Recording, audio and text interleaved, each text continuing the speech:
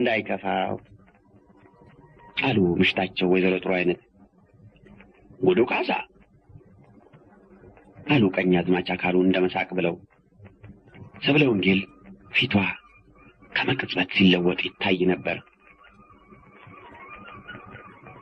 አይ እሱንካ አይሆንም አሉ ልጅ ተፈራ የወይዘሮ ጥሩ አይነት ወንድም የጉዱ ካሳ አጎት።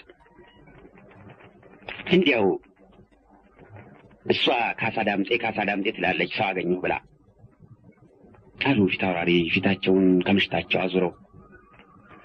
ሐሳቡ ከሰው ሐሳብ አለመቅጠሙ ካልሆነ በትምህርት መቼም እሱን የሚያክል የለም ሲሉ ሰማለሁ። ምን ላርግ አሉ ወይዘሮ ጥሩ አይነት። ከአንድ ወገን የእህታቸው ልጅ ከባዕድ ብቻ ሳይሆን ከቤተ ዘመድ ማህበር ጭምር እንዲወጣ የተፈረደበት በመሆኑ ሲያዝኑ፣ ከሌላ ወገን ደግሞ የባላቸውን የቁጣ ምልክት ስላዩ ፍርሃት ገብቷቸው እሱ ነውና ዋናው ነገር ሐሳቡ ከሰው ሐሳብ አለመቅጠሙ ነው እኮ ዋናው ነገር አሉ ፊታውራሪ የምሽታቸውን ትንሽ ወደ ኋላ ማፈግፈግ ስላዩ ፊታቸውን እንደገና ወደ እሳቸው መልሰው። አየሽ አሉ ቀጠሉና ፊታውራሪ ሰው ለማስተማር ሚዛኑ ያልተቃወሰ የተካከለና ጤናማ የሆነ አእምሮ ያለው ሰው ያስፈልጋል። ካሳ ዳምጤ ብለው ሊናገሩ ያሰቡትን ሳይቀጥሉ አእምሮ የተቃወሰ አእምሮ ትክክል ያልሆነ ሰው ነው አያ ካሳን አእምሮ ያልተካከለ የሚለው አለች ሰብለ ወንጌል አቋረጠችና አባትና እናቷ መብረቅ እንደመታቸው ደርቀው ቀሩ። አዎ የእሷ አእምሮ በሚደርስበት ሊደርስ የማይችል ጎደሎ አእምሮ ያለው ብቻ ነው አያ ካሳን ጎደሎ የሚል።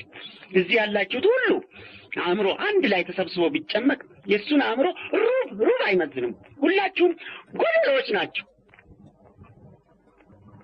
አለችና ሰብለ ወንጌል እየተንቀጠቀጠች ጧ ብላ አልቅሳ ተነስታ ወደ እልፍኛዋ ስትሮጥ እዚያ ከነበሩት አንዳንዶቹ የታመመች መስሏቸው ሊይዟት ሞከሩ። ከዚያ በፊት የጉዱ ካሳ ስም በክፉ ሲነሳ መቆጣቷን የሚያውቁት ግን ቀደም ብለው የፊቷን መለዋወጥ ሲመለከቱ ቆይተው ስለነበር አንገታቸውን ደፍተው ዝም አሉ። ፈሪና አፋራምነቷን አስወግዳ አባቷን በሰው ፊት እንድትሰድብ ያደርጋታል ብለው እንኳን ሊያምኑ አይጠረጥሩም ነበር። በተለይ አባቷ ለእሷ የነበራቸው ፍቅር ከግምት ሁሉ በላይ ስለነበረና እሷም ለሳቸው የነበራት ፍቅር የዛኑ ያክል ነው ብለው ያምኑ ስለነበረ ጉዱ ካሳን እንኳን ማማት ገድለው ሲቀብሩት ብታይ ያን ያክል ታለቅሳለች፣ ያን ያክል በሰው ፊት ድምጧን ከፍ አድርጋ ታዋርደኛለች ብለው የማያምኑ ስለነበረ እንዲያ ለማልቀስ እንዲያ ለመንቀጥቀጥ እንዲያ አፏን ሞልታ አባቷን ለመስደብ ያደረሳት ከጉዱ ካሳ ፍቅር የበለጠ ሌላ ምክንያት መኖር አለበት ብለው ሐሳባቸው እንዲህ ያለውን ምክንያት ፍለጋ ሄደ። ራሳቸውን ወደ ላይ አንጋጠው ጣራውን ሲመለከቱ ዘለግ ያለ ጊዜ ቆይተው ምክንያቱ ሌላ ነው አሉ ፊታውራሪ አይኖቻቸውን ጣራው ላይ ከሰቀሉበት አወርደው በፊታቸው የተቀመጡትን ሰዎች እያዩ። ልጄ እንዲህ ያለቀሰች ሆድ ብሷት ነው። አሁን በ25 ዓመቷ ቤት ሰርታ ንብረት አበጅታ ልጅ መባሏ ቀርቶ እናት የምትባልበት ጊዜ ነበር። ይሄ ባለመሆኑ ሆድ ብሷት ነው እንጂ ለካሳ ዳምጤ ብላ እንዳልሰደበችኝ አውቃለሁ አሉና እንደገና አይኖቻቸውን ወደ ጣራው ትኩር አድርገው ቆይተው ሲመልሷቸው እንባ ሞልተው ተመለሱ። እውነቷን ነው ትስደበኝ አሉ ቀስ ብለው ራሳቸውን እየወዘወዙ። ራሱ ተገብሮ ልጁንም ለማስከበር የማይችል አባት እንኳን ሲሰድቡት ሲመቱትም አመመኝ ሊል አይገባው። እስቲ እናንተው ፍረዱ አሉ ፊታውራሪ ንዴትና ልቅሶ አንድ ላይ ተደባልቆ እየተናነቃቸው በተሰበረ ድምፅ። እስቲ ፍረዱ። ክብሯን ጠብቃ ተጠንቅቃ ከልፍኝ ሳትወጣ ያደገች ልጃገረድ እንደ ጋለሞታ በፈትነት ላግባሽ ተብላ ስትሰደብ ስትዋረድ ዝም ብሎ የሚመለከት አባት ሊደፈር ሊሰደብ አይገባውም አሉና እንደገና አይኖቻቸውን ወደ ጣራው ልከው ከጣራው መልስ እንደሚጠባበቁ ሁሉ አንጋጠው ትንሽ እንደቆዩ ፊታቸው ከሐዘን ወደ ቁጣ ተለወጠ። ወዲያው አይኖቻቸውን ከጣራው ወደ ሰዎቹ መልሰው 2 ጊዜ መላልሰው አንኮረፉና እፋለመዋለሁ አሉ። ፊታውራሪ አሰገድ በመረጠው መሳሪያ እፋለመዋለሁ። በጦር ቢል በጦር፣ በጎራዴ ቢል በጎራዴ፣ ያለዚያም በጥይት በመረጠው መሳሪያ እፋለመዋለሁ።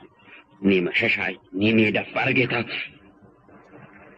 አሉ። የግንባራቸው መንታ ቀንድ ከማንኛውም ጊዜ የበለጠ ረዝሞ ዕድሜ ባሳሳው የራስ ጠጉራቸው ውስጥ ተገትሮ እየታየ ምን ነው ጌታዬ አሉ ቄስ ሞገሴ ተነስተው። ምን ነው ጌታዬ ያለቀ ነገር እንደገና ይጀምራሉ? የሰብለ ለቅሶ ለእርሱ አዲስ ሆነቦ እንጂ እዚህ ላለ ነው ሁሉ የተለመደ ነው።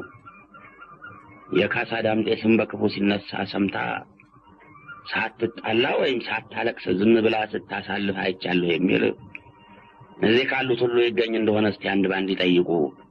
ስለዚህ እባክዎ በሚወዱት በዲማው ጊዮርጊስ የእሷ ለቅሶ ምክንያት ሆኖ የእሷ ለቅሶ የሰይጣን መላእክተኛ ሆኖ ትናንት በደህና የተፈጸመው ነገር አይፍረስ። ሰይጣን የዋዛ አይደለም፣ ረቂቅ ነው።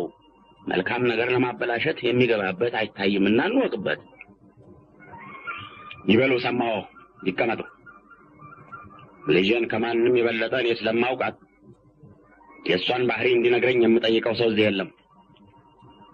ፊታውራሪ አሰገን እፋለማለሁ ብዬ ካፌ ወጥቷል። የተፋሁትን መልሼ መዋጥ ልማዴ አይደለምና ይልቅ ቀኛዝማች አካሉ ሂድና ሸማ ጥለህለት ወዲያውም መሳሪያ አስመርጠህ ቀንና ቦታ አስወስነህና አሉ ፊታውራሪ።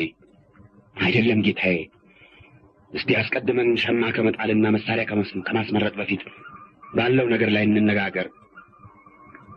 በመገደል ወይም በመሞት ብቻ አይደለም እኮ የሰው ክብር የሚጠበቀው።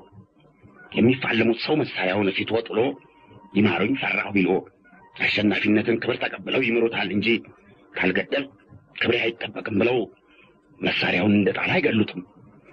እንግዲያስ ምህረት መለመን ከሆነ የሚያስፈልገው ፊታውራሪ አሰገን አስገድደን ምህረት እንዲለምን ለማድረግ ከጨረስን በኋላ ሳልፋለም የሚያቀርበውን ምህረት ልመና አልቀበልም ቢሉ በተመልካችና በሰሚ ፊት ያስፈርድቦታል እንጂ አያስፈርድሎትም።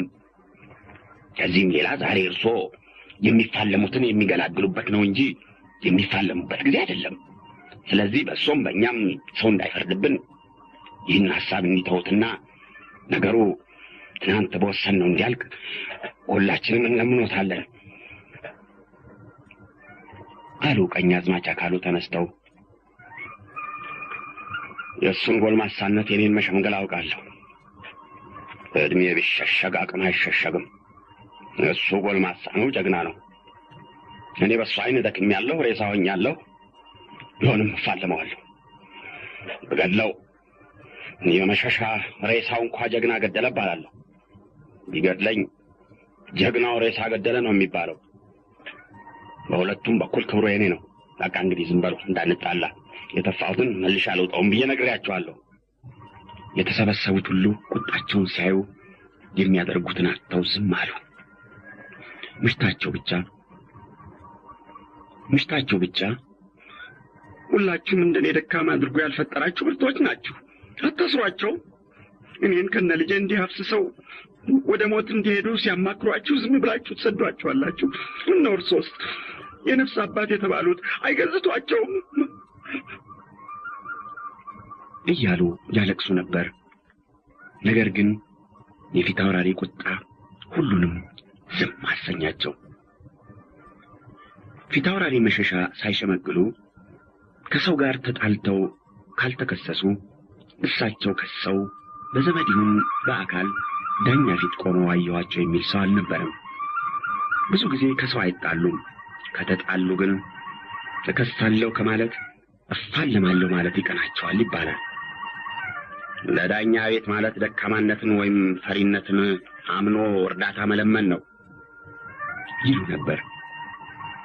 ተመቶ ወይም ተሰድቦ ካሱኝ ከሚል መቶ ወይም ሰድቦ ካሳ የሚክሰውን የሚያከብሩ መሆናቸው በማንም ዘንድ የታወቀላቸው ነበሩ።